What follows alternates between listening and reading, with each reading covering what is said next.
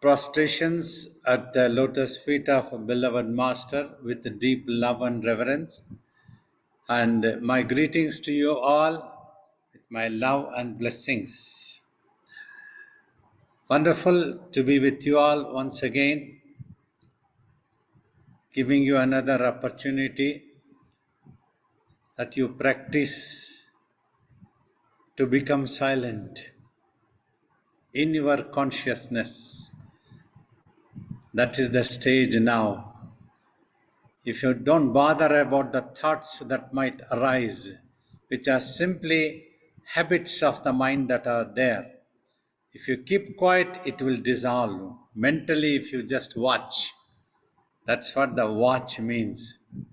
If you are watching, you are not thinking. This is what repeatedly you need to understand. Repeatedly, you tell your mind just once and then become quiet. So the first question, Babaji has said, if you call this world as very good, then also your mind will get involved. If you call this world as very bad, then also your mind will get involved. And during meditation, you have to rise above this level to go towards the divine. Can Babaji describe why it is important to rise above the dualities of the world and not get too involved? We need to mentally rise above the dualities, either this or that type. Means in either way, the mind should not get sucked into the world. Then it will be preoccupied with the world and it won't be able to realize the self or merge with the self also. That is the ultimate goal recommended for total liberation. However, it can be an individual's choice when we talk of this. So we talk only for educational purpose. The formula or the principles or the things that has to happen, and the rest are the people, the seekers can always choose what they want to. So based on this only, I told you should not carry either way these worldly things in your mind. It should be like that you write on the paper and it should get erased. An imprint should not be absorbed by the mind. That is very important. If the imprint is absorbed, that becomes the acquired habit of the mind. And the mind will be habitual to think. The thinking pattern tendencies will be picked up in that way so that it will lose the memory of itself as the supreme soul. So instead of that memory or the awareness, so it will always be aware of the world in a different way other than the divinity. So that is what the thing is. Here some people might ask the question, though this world also is the form of God, divine, as the Vedas tell. It is true, just like we have also told, whatever is in your mind, it is created by the mind and it is nothing but the form of the mind in a different form. It is the product of the mind in a different form. However, when you look into those forms in the mind, you cannot be aware of the mind as it is. Instead, you are aware of the form that you would have recognized. Thus, you would get involved into the dualities of good and bad, right and wrong. All these things happen. So these things needs to be erased so that you totally become aware and become one with the ultimate truth. The character becomes one with the mind. In the same way, we need to erase every tendencies, acquired habits of the mind and then become one with the ultimate truth. Then the awareness is there. So that is the reason I have always spoken of this. If you call this world as very good also, you get involved. It is the involvement question is. And if you call it bad also, you are involving yourself. Either way, you must not get involved. So you have to withdraw, rise above the duality, become quiet in the mind. Then the attention turns to itself, giving you the awareness of your real self. Thank you, Babaji. So, is it through this meditation and the watching process that we can rise above these dualities? Yeah. So when we ask you just watch, I usually we tell the location in between eyebrows. Other than that, we don't give any target. And after that, I even try to simplify also. Sometimes, if people struggle because the eyeballs move parallelly, it doesn't come into one direction easily, so they keep struggling to find the location. Even if you are unable to find the location, don't bother. Just watch the front portion without bothering what it is, whether there is any darkness is there, whether there is any light is there. There is no such compulsion what needs to be there. Simply, you have to fix your eyeball so that your mind also remains, eventually becoming totally quiet. Thus, you achieve the silence of your mind, then the awareness turns to itself. You become aware of yourself. So that is the reason. So we always tell that the watching is needed. The watching neutralizes the mind from thinking in any way, either in a good or bad, whatever is recognized in this world. So you don't do that one. You just become quiet, means you are in the neutrality. That means you are as a witness. So, in daily life, Babaji, does this have an effect so that even if a difficult situation comes, we don't judge it as being bad? We we can remain quiet. It's the benefit or the effect is you can deal with the world in whichever way that it is needed. If there is a good of this world, you have to deal with the good. If the world thing is bad, you have to deal with the bad. Just like an enemy country attacks your country, you have to defend your country. You cannot just keep watching there physically. But it's the mind. Your mind must not get affected. If you practice meditation, you can remain mentally neutral, but you just do it as a duty. The same way in the day to day life, also, wherever you need to make any judgment or any analyzations of good and bad, right and wrong, you will have to do that. But you can take care that such a thing will not affect your mind seriously. So it is aware of the truth that this is just like you are enacting a drama type.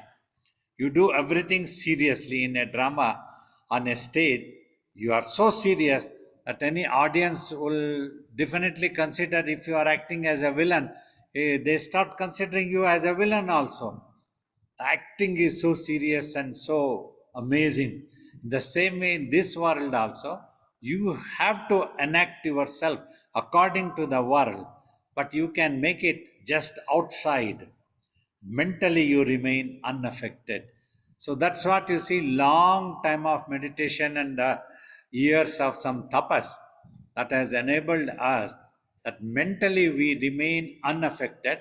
But I might appear as a normal person often or sometimes at least while dealing with some time.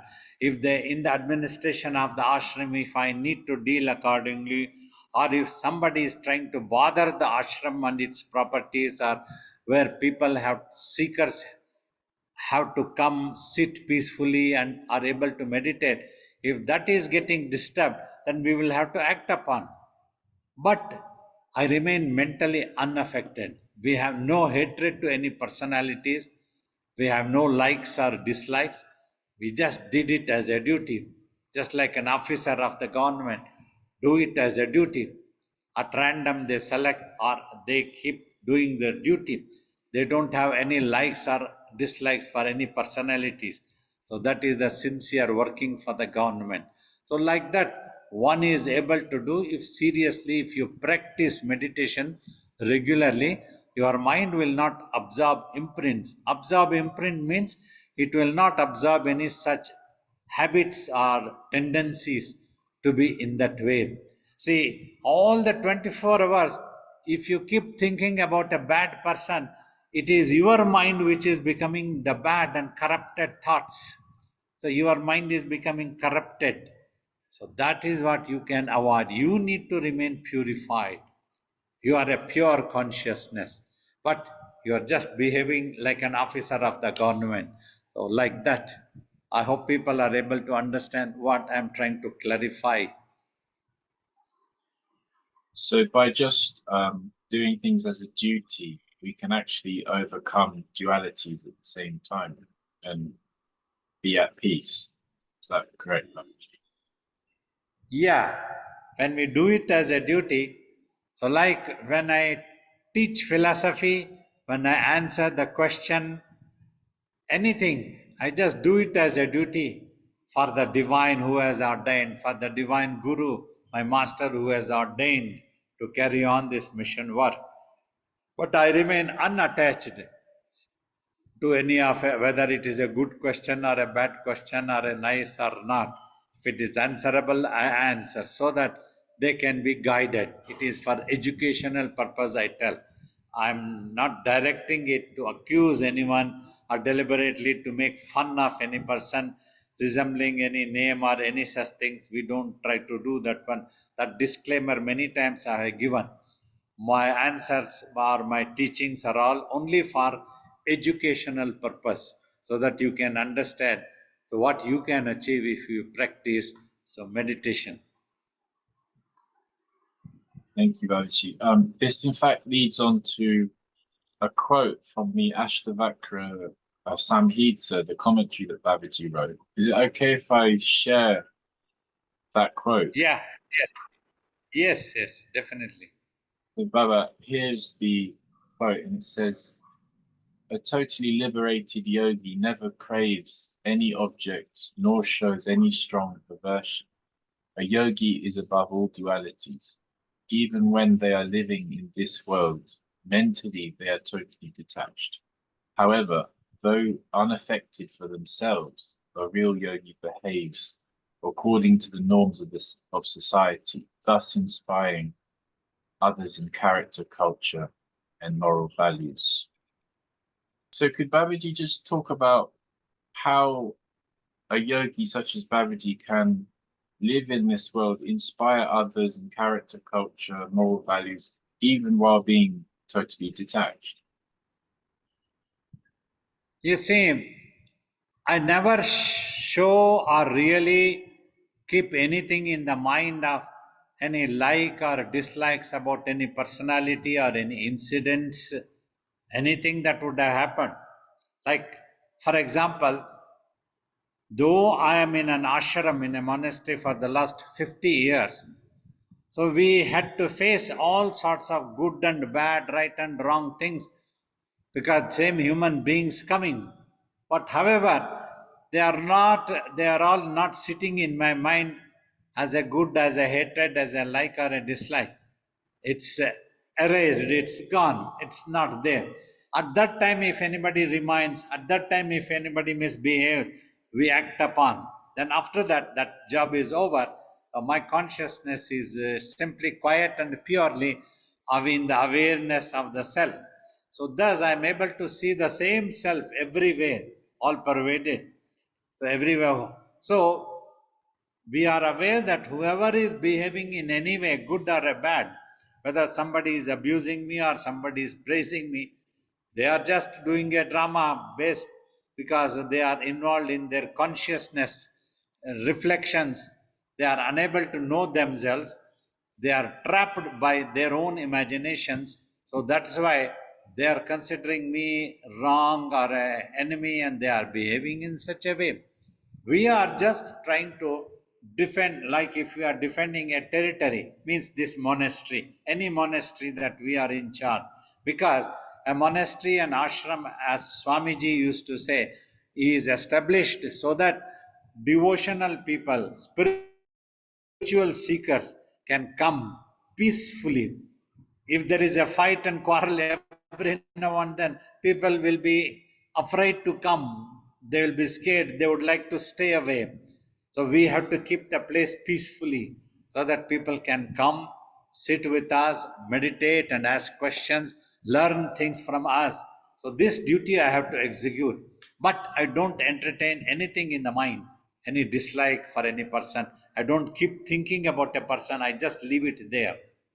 Just like Swamiji used to say, if you are a businessman, leave it outside the gates of the ashram, come as a devotee. Means don't mentally carry always, oh, I am a businessman, I am an army officer, I am a royal person. Then the ego sits there. You will be egoistic that you want to be treated in that way all the time. So then you expect a VIP treatment. These things keep happening. You just come to learn things. Just for example, I would like to recall some of the devotees who used to come to Swamiji in the fag end of Swamiji's life, 3 or 4 years before he dropped his body. His body was a bit ill, and they didn't want to go and see long time for various personal egoistic reasons. One said, Ki, I am unable to take a flight. If I take a flight only, then I can go and meet him. I don't know whether I will be respected or not. Now I am retired. This type of thing. I used to wonder what nonsense is that. Just simply go and see the Guru and come back. Why do you expect that you have to be recognized what you are and what you are not? So that is all. You love the master, you go to the master, you go and see him, have his darshan and come back. For that, you have to be only a devotee, that is all. You don't have to be anything else. So, like that, we have to keep ourselves mentally unattached for our ego existence. Then we are spiritually can become one with the divine, the self-realization happens. That's how a yogi behaves in this world also. When I am eating, it might appear. In Ramakrishna Paramahamsa's life also, one place it comes. I read one day he was sitting with his disciples in the room, and Sharada Devi was cooking in the kitchen nearby Naubat Khana, that place is known as. Suddenly Ramakrishna stands up and starts smelling. How beautiful smell is coming from the kitchen. Something good, sweet is being cooked. He starts going towards the kitchen. Then Sharada Devi is very bewildered and she tells Ki, what will your boys think about you if you behave like this? You are talking philosophy to them and suddenly you stood up and started coming towards kitchen. And he smilingly tells, let me behave like this. I can keep this body for some more time. It will be helpful for those learners of the spiritual truths. Like that, he told that great truth. Just to keep the body, sometimes the yogis employ sattvic ego, I have told. So we show attachment to my Guru because Guru is everywhere actually. But still we show attachment to his form, any idol, any photo, we respect and we worship, we enjoy doing pouring water and giving him a bath, even now also. So that thing is there just to keep the body alive, we keep this sattvic ego. Other than that, if there is no attachment, the body will not live for long. So, but that attachment should be limited. You should not get carried away to the world all the time. So that's how a yogi will be there, but he will appear like an armor. Others sometimes other people. So you also do these worships now. Also you have to do after tapas. I told Ki I just want to inspire so that you all can join in the ashram. Otherwise, you will all be standing somewhere and gossiping. That's why I do this exercise every morning. I do some chants so that you all can gather, be with me, feel inspired that you would like to join, and then you meditate also. For that reason only I do. Even without doing anything bodily, also, I am always worshipping my Guru because my mind is one with the Guru always. So that is how a yogi lives in this world also. That's what Ashtavakra also is told. That is like endorsing what we teach. It is so nice that Ashtavakra has told. It reminds me of the Ashtavakra Samhita, the commentaries we wrote. Thank you so much, Babaji. Babaji, just talking about the identity of this I. There is another quote, in fact, from the Ashtavakra. Can I share that as well? Thank you. Yes, yes, yes. So in this commentary by Babaji, Babaji says, by realizing the self and becoming aware that it is all pervasive and the ultimate truth, all doubts and dualities of I am this and I am not this, all such thoughts and imaginations would have disappeared once and for all from the mind. Thus, the mind would have merged into the self as pure consciousness. A yogi realizes that I is nothing but the ultimate truth of the self. So, Babaji, Yeah. could Babaji talk a bit about this I? Is it that we have misidentified this I as something else? Yeah, you see, I have told in my teachings also, you are much beyond the birth and death of this physical body.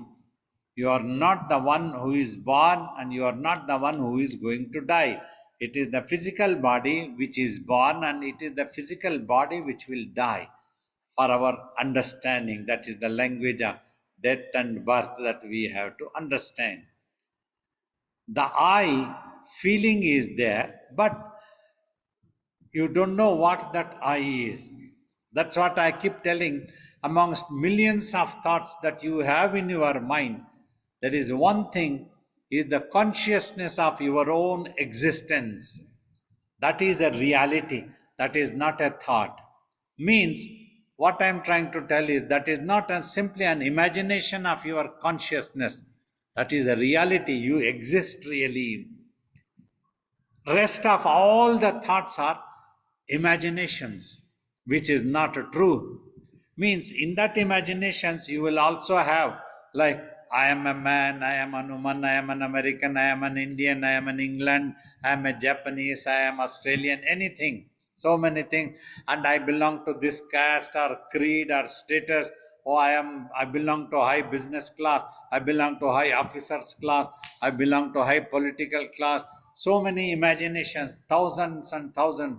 If we go on naming like that one, all those things will be sitting as the I. I am this. That's what I mentioned here as I am this and I am that. All these things will vanish. Once you become quiet and become aware of what the truth about yourself is, that you have to experience to believe it, to understand it, to become aware of that truth. Simply by explaining, it is not easy or possible to absorb the real meaning of what that is. That I has been misidentified with the body. A name is there. Now, a name is there for the body, for everybody. But once the death of the body happens, that name also actually disappears. Nobody knows where that name is. Though it may be in this world, the name may remain in the memory of people. People might remember either the good or bad qualities of any person, a guru, or anybody. But that is over. That identity is over. The soul has no such name or identity. Only in this world we have to use it for sake of communication and understanding. Oh, if you call, oh Babaji means, oh, it is this person who is sitting and answering is Babaji. And Simon Grisdale, oh, it is this person who is asking the question. For such identity only we have to use. Otherwise, nobody knows what it is. Once this body goes, that name also disappears. So many times, so many lives, we would have assumed so many names. Nobody remembers. We don't know anybody who cannot remember their previous lives. So that is what we tell as the misidentification has happened. Once you realize, how will you realize yourself? Consciously you have to become one with that. That may, like for example, You want to measure the space. For that, you have to become the space itself. Because only space can measure the space. No other second entity can measure the space ever, as it is impossible. No matter you go on measuring galaxies after Milky Way, space and galaxies, it's on and on, never ending. We are one, that is how it is called as all pervasive, omnipresent. Such is the wonder, and that is not possible. So, if you want to understand or know the truth of the self, you have to merge with the self. Then you become aware. Then you go beyond that awareness also when you merge actually. When you are not a tiger, you call the tiger as a tiger. When you become the tiger itself, tiger really won't know that these humans call me as a tiger. It won't know any such things. It won't have such knowledge, such imagination about itself. Oh, I am the tiger. These human beings should know that I am the tiger. No such imagination in tiger. Simply it behaves when it is hungry, it kills and it eats. That is all. It doesn't think, I am tiger, that's why I have to eat this. No such thing. It's only human being who have imagined about themselves, and they know that, oh, I am a Mr. Rajendra, that I am the one, I need to eat this one. I am a big businessman, I need to sit on this sofa. I won't be sitting on the chair. All these imaginations we entertain because of our misidentification. But in animals, there is no identification at all. So the question of misidentification also doesn't happen. Simply, it doesn't know. But it operates based on the body urges. Body urges are there. When it becomes hungry, it cannot keep quiet. It needs some food. It will hunt for its food. It won't think whether I am going to kill somebody, I should not harm anybody, whether I will be scaring away anybody. It won't think all such things. In that way, there is misidentification for that consciousness also about themselves as the body. So that's what the misidentification we talk about it. So this we will come to know when the mind merges with the self. The mind is infinite. Mind is not a small piece of peanut. Oh, this peanut will have to merge in this. This is the place. There is no such location. It is all infinite. You will realize it only in deep samadhi state. So, but just we try to give a clue for sake of little bit of understanding what happens and what has to happen. We are talking about the misidentification of me, and then when the me is misidentified, we start claiming as mine. You try to write a will about a property that you don't own it. Then after you go away, somebody belonging to claim that this property is mine because my uncle wrote this to my name. And the officer will tell ki, this property never belonged to your uncle at all. How could he have written it in your name as a will? Something like that we keep playing in this world.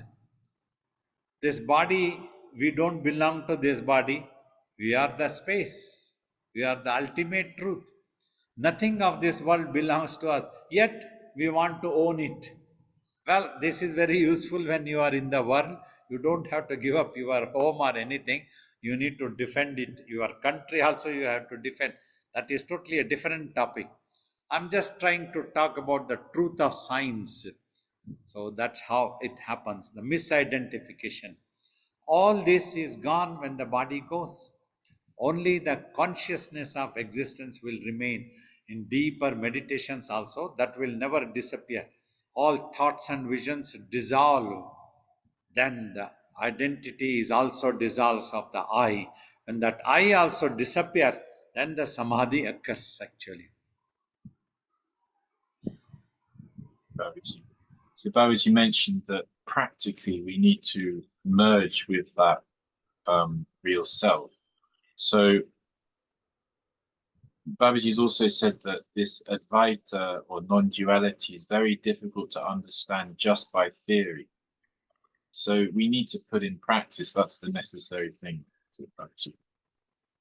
Yeah, very true. That's why my Guru Swamiji never tried to call the name of his philosophical teaching because it can always be confusing.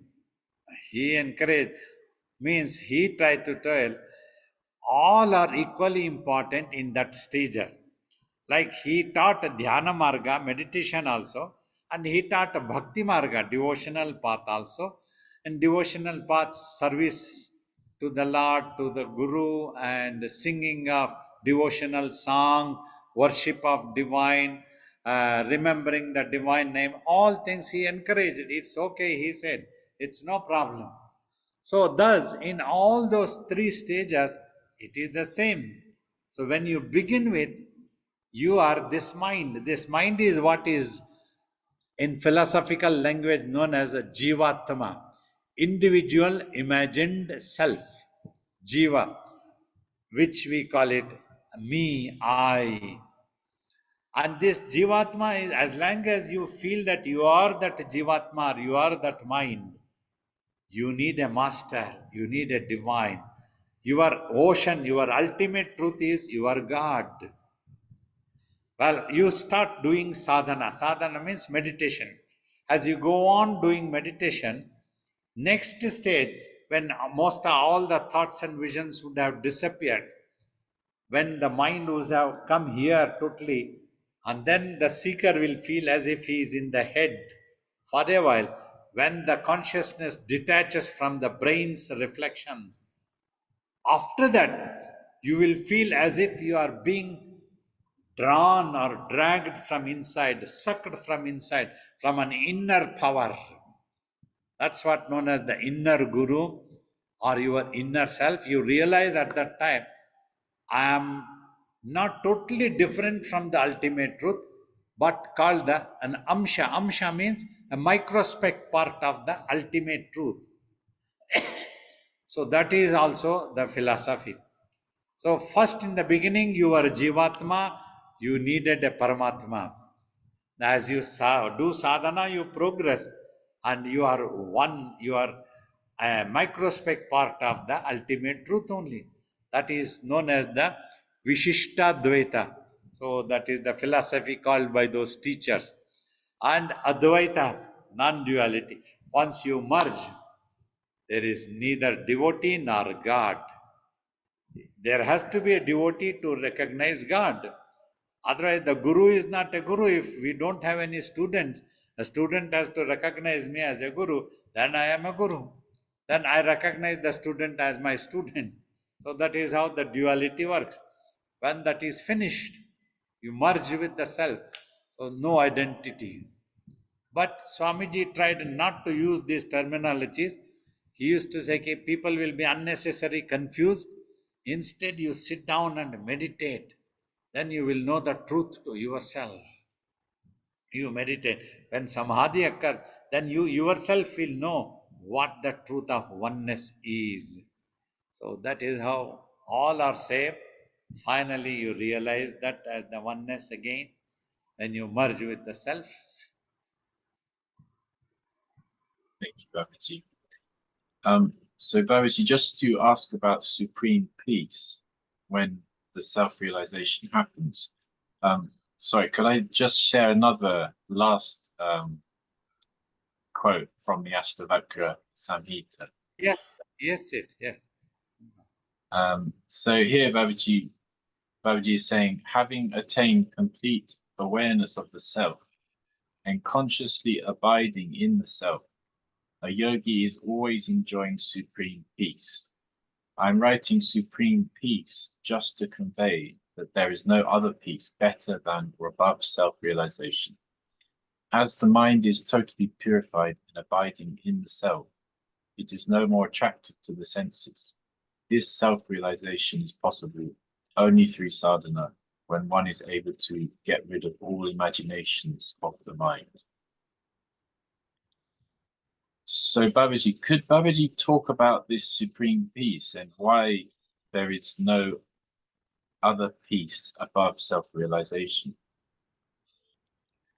See, to give an example, like in this world, we always try to find one better than the other. You might be having one, and people will come and recommend, oh, there is another better one is there than this. You should try to have that. For example, if you are owning a cell phone, you have, your friend might come, this cell phone which I have is a better one. Another will come, oh, mine is much better than what you have. Like that, one is better than the other. A supreme means that should be the final. Above that, there must not be any other. So, that is what supreme peace when we try to mention. So, we try to obtain happiness. Actually, as we say, everybody knowingly or unknowingly are looking for peace and happiness only. But the quality of peace and happiness also differs when we depend on an object of this world. You may having a one scoop of ice cream, another might be having two scoops of ice cream. That person will tell, I'm enjoying more ice cream than you. Mine is much better like that. So, like that, it is competing always, one above the other, one above the other in this world. But when the mind is peaceful on its own, when it does not depend on anything else for its becoming, remaining peaceful, that is to be considered as supreme peace. Because nothing else can be as equivalent, because that is supreme, that is final. All 24 hours, 12 months that I keep talking about this, there is no change. There won't be any fluctuation at all. Once the ice cream is finished, that enjoyment, that happiness is finished. And then you look for again another one, the craving starts. You try to look for another one. We simply give one example. Everything of this world is like that. You try to own an object after 6 months. Oh, you want to find a new one. The market brings in with a little bit modification. Somewhere one screw they remove and put it in this corner. This screw they take it and put it in this corner. They tell some new features have come. New model has come in the market. Everybody rush to buy that one because it becomes a status symbol. When the friend comes, oh, which model of cell phone you are using? Oh, this is very old, man. This has become very old long ago. This is the latest one. See, wow, with the one I have, this is the superior quality than what you have. Superior, always we try to use like that one. But what is the supreme? In this world, it can never happen because they always try to bring in new things because they have to sell their product, they have to do their business deals. They will always bring in new, and they try to see that the older one doesn't function properly so that people buy the new one. Otherwise, one could keep a cell phone lifelong and just if you need to talk to each other, that would have been enough. But they change the things, they change the softwares. This software is not useful in this model, it has to be another software. Something like that keep happening in this world. Never ending chase happens in this world. The ancient masters who have given in the scripture, they talk of this example, running in this world for happiness, for owning things, is just like looking for water in desert. So many teachers have used the word, this world is like a aimless forest and you are there and you don't know the path to get out of that forest. You keep going round and round and round and round. And only trees, only trees, only trees, only trees. You don't see the sun. You don't know where to go. You don't know how to come out of that forest, and you are going and you are going. You don't know the path. So you are so confused. Like that, this world. People are going around and round and round. They don't know the path, what to do to have a peace. People keep calling us, they try to talk to us, they try to write emails. They are pained in this world. See, when illness happens is a different thing. But very often, just by each other's behavior, people are very much in agony. My husband did not behave with me, my wife did not behave with properly. Like this keep happening in this world. They are unable to keep their minds diverted. They want happiness in that relation only.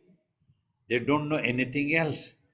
Because that is all their imagination. They think that this is all the life has to be. Life can be anything else. I tell always people, your own life is more precious. Your own peace is more precious. Don't allow that peace to depend on anything or anybody. Then that peace can always get affected. So that is how we try to find the supreme peace. Supreme peace. Because we don't depend on anything else. Only such a thing can be supreme which doesn't need anything else for its existence. That is the ultimate truth. The rest all need space or a body or something for its existence. Tiger needs the tiger's body for its existence. We human being need the human body for our existence in this world as this personality. Otherwise, we cannot exist anymore. It's done. But the self is totally contented. That gives the supreme peace. If everybody can think, this contentment is what is elusive in this world always. Mind's craving. Every teacher, Buddha also said, constant cravings of the mind is the basic reason for all unhappiness. That is true. When our mind cannot keep quiet, when you have a bicycle, it will go into a craving for a motorbike. You have a motorbike, it will crave for a car. It will crave for a highest car, better quality car, which is the top quality car in this world. Then it will crave for an aeroplane. Like that, their craving has no end. It will never remain satisfied. It will start craving for something else. The satisfaction that can be achieved only when you realize the self. Till then, the mind will not stop.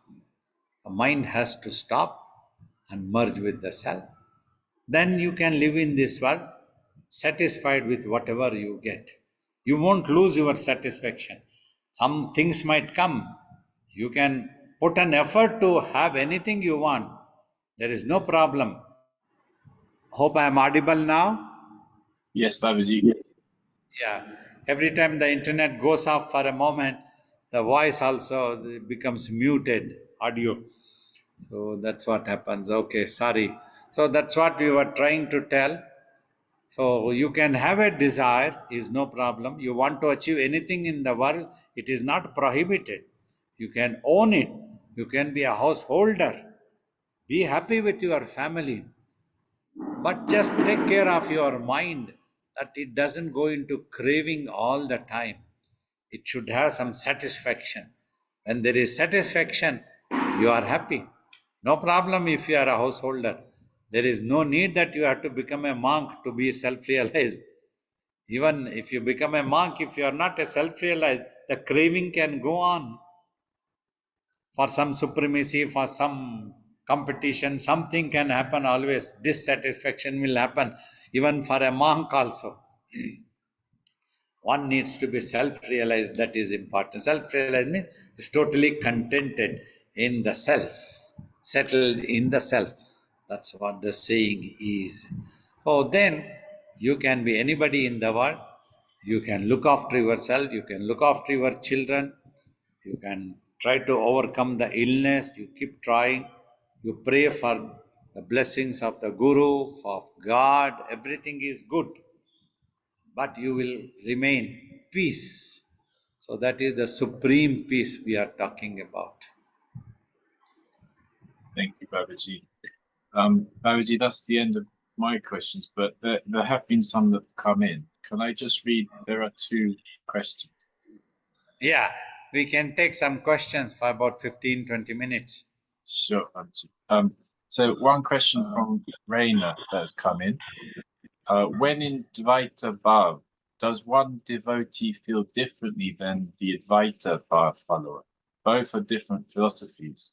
Is the experience also different for both spiritual people? You see, in Advaita, the feeling of the I will not be there. Simply one single self exists in itself, just like the space exists in itself. In the Dvaita Bhava, so you try to be humble. You are a humble devotee. You are a Jivatma. You are a microspec soul.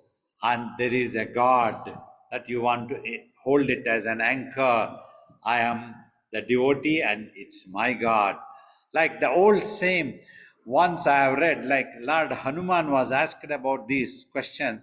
He said, when in Dvaita, I am a servant and Sri Rama is my master. In Advaita, I do not exist at all, only Sri Rama. So, like when the droplet becomes one with the ocean, the droplet did not become ocean. The ocean already existed. Means when a person becomes self-realized, he doesn't becomes God. He has become one with the mainstream, the divinity. The I is over. So that is how things happen. Thank you, Babaji. Next question is from Chetan, who says, my question is, mind goes to the past or future. How should I get the mind in the present always? Yeah, this is true. Mind is either brooding about the past, because of that, it can become unhappy, tense, sorrows, everything, worries, tension, everything can happen, and he is anxious about the future. Because of that, it's unable to be in the present. The meditation helps you to neutralize the mind and bring it to the presence. The power is in the now. Whatever you do in the world, your mind can remain in the present. Better focused, best concentration is also obtained in your work also. When it is in the present, it is always enjoyable because there is no imagination in the present. It simply enjoys the present situation. But when it jumps to the future or past, then it becomes sad and sorrowful. For this only sadhana, spiritual sadhana, meditation is the highest that we teach. Other than that, bhakti marga also, be devoted to the divine, there is a God, and then devotional songs, take help of the music also, then chant the name of the divine, keep yourself engaged, read spiritual scriptures, commentaries of the gurus on spiritual scriptures. All these things can keep you engaged into the neutrality of the present. Thank you, Babaji. There's one more question from Mukta. When Uh-huh. not seeing Sri Babaji for the whole week, I miss Babaji because my meditation is much better when I do it with Babaji. How to deal with this? Should I increase the time of meditation? Because there seems to be still too much darkness of mind, of likes and dislikes and identification with body and the world. Every day, look for Babaji in your heart. It's everywhere there. And try to feel the Guru in your heart and practice meditation in due course of time. This will be all right. When your mind settles down peacefully, then you will become aware that the Guru is always there, everywhere he is there. Not simply this physical body. This physical body cannot be everywhere at the same time. It is only at one place. But thanks to technology, that for so many people I am visible physically, as if you will feel that in live, but you should try to feel me within your heart. Look for me in your heart. I'm always there, and practice meditation. You will achieve that peace and you will know that self is everywhere. Thank you, Babaji. A couple more questions have actually just come in. Is it okay to read out, Babaji? Yes, Before yes, please. the first one is, in spiritual practice, is it that the capital I refers to the true self or Atma, and the small case I refers to the body? Sometimes, just for sake of understanding in languages, we would have used to show a little bit respect. This I is not the individual me whom I am imagining. This I is that truth, just to tell. So, like that, you can consider a capital I as the ultimate truth. The smaller I is used for the individual imagined self. Language is also used. You see, self is the one word that is the ultimate truth. The supreme self also used. If you want to use the self as the individual imagined self, is the other word I keep using for sake of understanding. So, which to differentiate between the ultimate truth and the imagined self. Thank you, Babaji. There's a question from Kumar. He asks, Babaji, is the nearest clue to supreme peace similar to being in deep sleep, where there is no imagination or thoughts at all? Deep sleep is a small clue, but because once you come out of the sleep, again the mind jumps. But here, the ultimate self means once for all you would have achieved that. So that is like a clue. Deep sleep is the clue for the ultimate truth. And you see, always you derive the best happiness when you are unconscious of the world. This is one important thing. When your mind comes into consciousness and starts going into craving imaginations, then that peace is lost. So that is how you go back to the self, then that is supreme is there. So the sound sleep is a glimpse. Oh, hello, Babaji. Thank you for Yeah. spending time with us. Thank you. My question is, when you start to touch the self, when you start to bathe in the self, um, are the aspects like supreme peace, compassion, and joy, are they just normal because that's the quality? Those are qualities of the self, and so there's no striving to be a good person. I will answer this. Afterwards, you can ask again more. It is natural because we get to see only the self everywhere. When you see the same self, it is naturally to be compassionate. That the same self is there also, but why is that there is so much of agony, suffering, and pain? So we pray, we bless, and we become compassionate. If anybody prayed also, for a while we might appear as if we are like inert, not sensitive to the world, but it is not like that. If anybody prays, if they are in agony, they are suffering, we become compassionate. A yogi also becomes compassionate, tries to convey a blessing. Yeah, further you are asking some more? Is it because are those qualities of the self, so supreme peace, compassion, and joy, and therefore it's normal. The more you bathe in the self, the touch. I feel like I touch the self, but I haven't gone completely detached. But I get the more I'm practicing, then I'm bathing in the self, and it seems that there's not this striving to be a good person, that it's just normal because I'm connecting with the truth. Is that right? Yes, yeah, true. Yeah. That's what happens. Okay. It is all Yeah. actions in mind. It depending on that, it happens like that. Thank you. Babaji, good evening. I just wanted to check with you because I remember you mentioned previous session that there were some monks that spent tens of years meditating, but they got no benefit from the meditation. So my question is, are there signs that we are practicing correctly? And is there some kind of like time, like, within 1 year of practice, there should be some obvious signs that we are actually practicing correctly? I mean, because for yourself and and also Swamiji, I think you spent like the 10, 20 of years practicing meditation. So for normal laymen like us, what is your advice on that? Thank you. Yeah, you see, if the correct technique is applied, you are practicing in the right way, mind slowly starts becoming silent. It gives up the thoughts and visions. They are all imaginations in the mind. We call it as acquired habits of the mind since time immemorial. So many lives would have passed by. The mind absorbs imprints in this life also.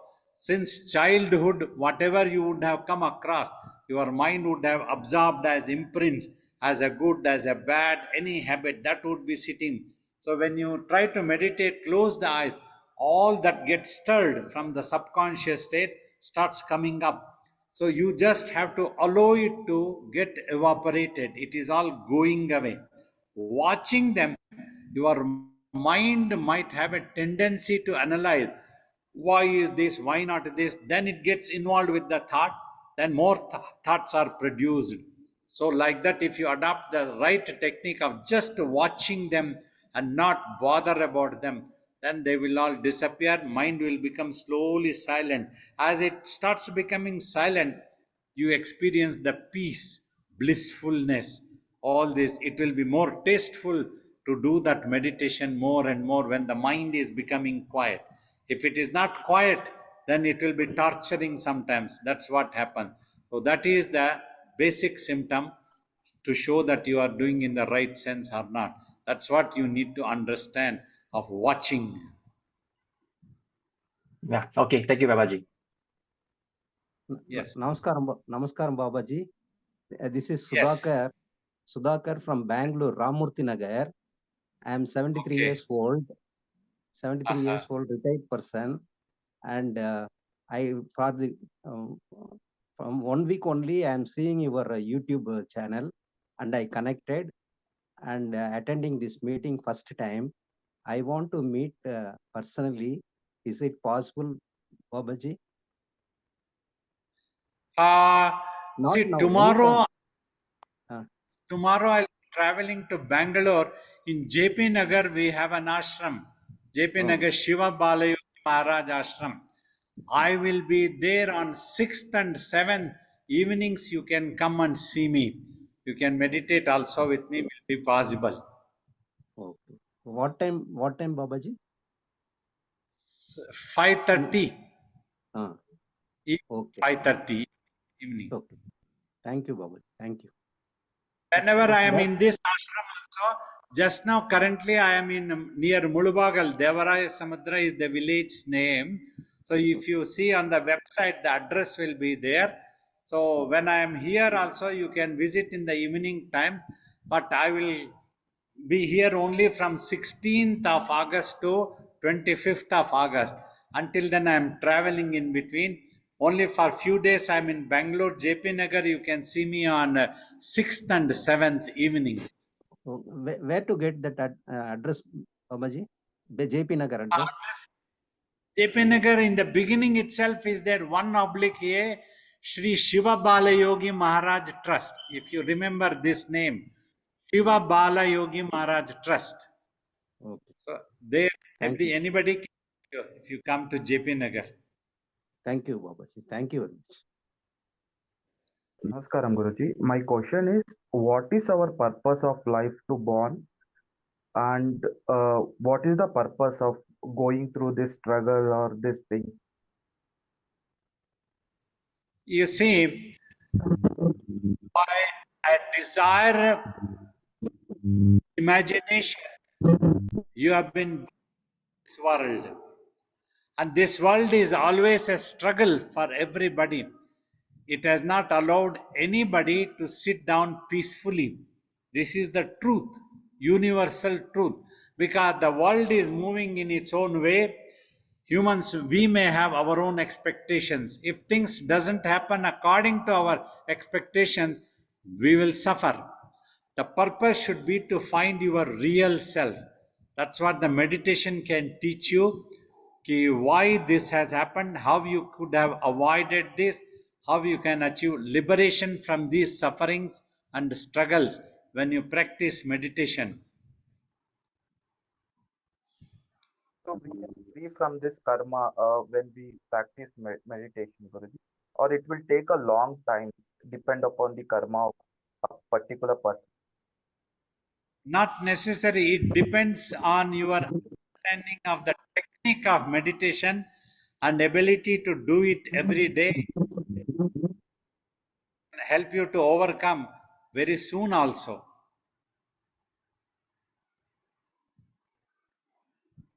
Your spiritual sadhana is what it matters. Oh, Awesome. Pranam Guruji, Pranam Babaji. My Yeah. one small question: at what age children can start meditating?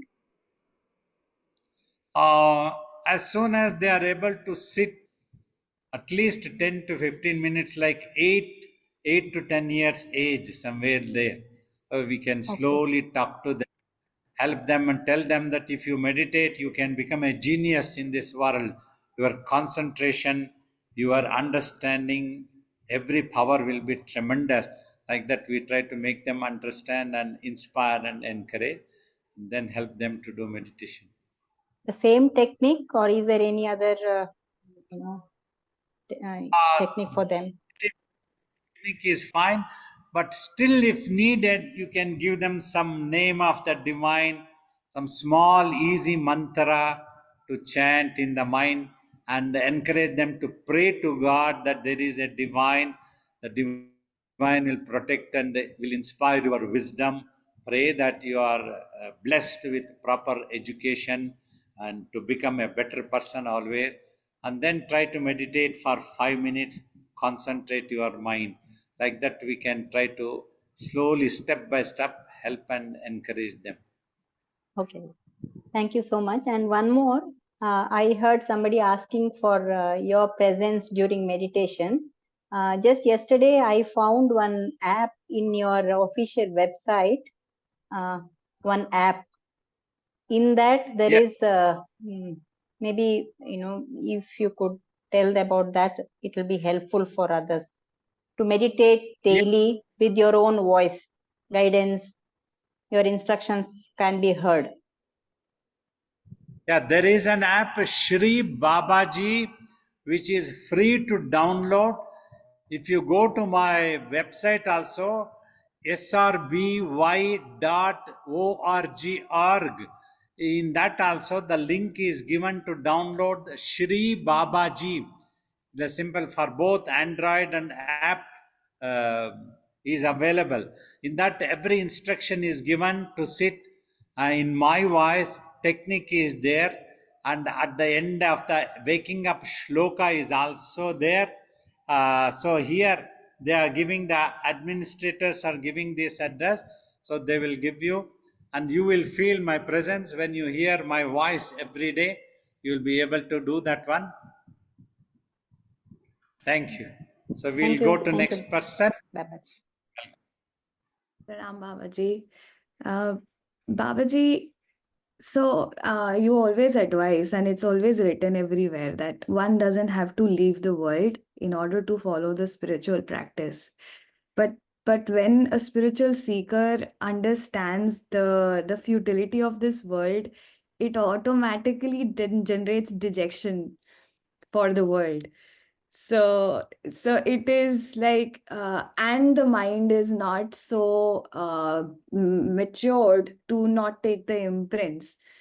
So this is like going out of the world and coming back into the world, quite a push and pull. So Babaji, how can it be that one, by being in a spiritual practice as a spiritual seeker,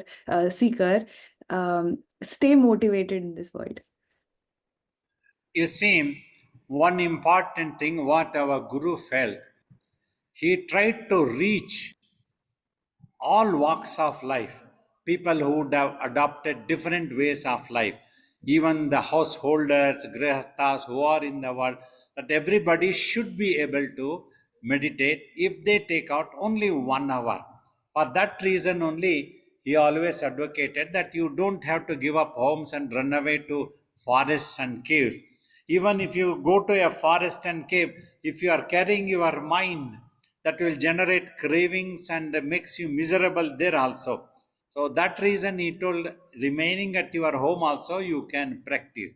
However, as you want to progress to the higher class of total going to self realization, pursue on this path. It will have to be the individual's choice. You see, the guru shall not impose it on anybody. What you want to do finally.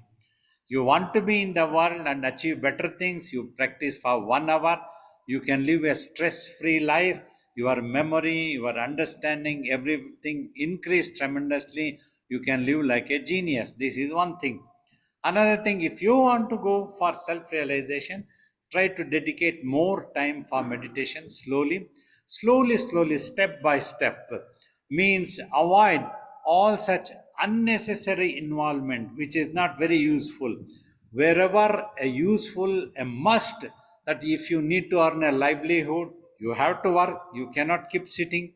If you have a family already adopted, you will have to look after the family. If you don't have a family, it is your choice. Before you adopt a family, you can exercise your choice, what you want to do. So then you have to adopt more meditation. You can try to do.